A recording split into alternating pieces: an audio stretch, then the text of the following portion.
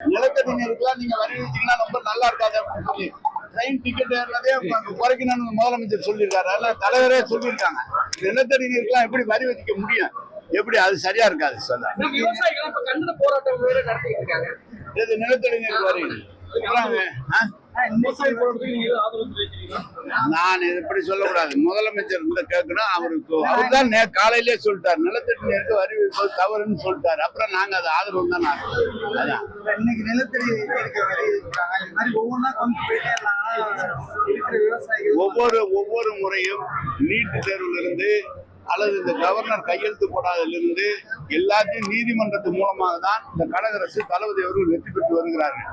அப்படி ஏதாவது மக்களுக்கு ஒவ்வாத ஒரு சட்டம் வருமானால் நம்முடைய தலைவர் முடிவெடுத்து கேட்பார்கள். கேட்கவில்லை என்று சொன்னால் நீதிமன்றம் மூலமாக தான் வெற்றி பெறும். இன்னைக்கு கூட்டத்துடைய முக்கியம் நாளைக்கு 1ஆம் தேதி இன்னைக்கு தலைவர் உறுப்பினர் சேர்க்கைய முறைப்படி பத்திரிகையாளர் சந்தித்து சொல்றாரு. 3ஆம் தேதி முறைப்படி ஆரம்பிக்கிறாங்க. அதே நேரத்துல நம்முடைய வலைதள பொறுப்பாளர்களை அழைச்சு எப்படி உறுப்பினர் சேர்க்கணுங்கிறத ஆப்போடு சேர்க்கணுங்கிறது கொத்து கொடுத்துருக்காங்க. அதை கத்துக்கிட்டு எல்லாரும் உறுப்பினர் 3ஆம் தேதியில இருந்து தலைவர் ஆரம்பிக்கும் போது நம்ம நிறைய செய்யணுங்கிறதுக்காக டெல்டா மாவட்டத்தில் வெற்றி வாய்ப்பு பெரிய பிரகாசமா இருக்கு.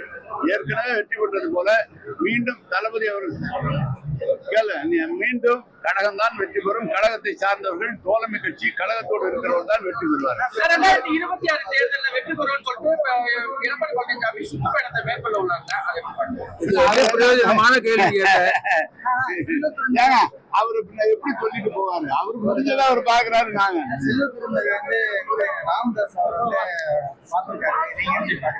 ஏங்க அவரை பெரியவரை போய் பாக்குறாங்க ஒவ்வொரு கட்சிக்காரங்களும். ஏங்க நீங்க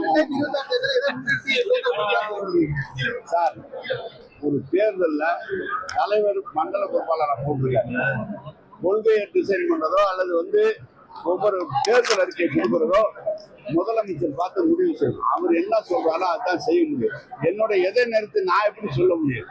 தலைவர் தான் சொல்லணும். செய்திகளை உடனுக்குடனும் துல்லியமாகவும் தெரிந்து கொள்ள சப்ஸ்கிரைப் பண்ணுங்க.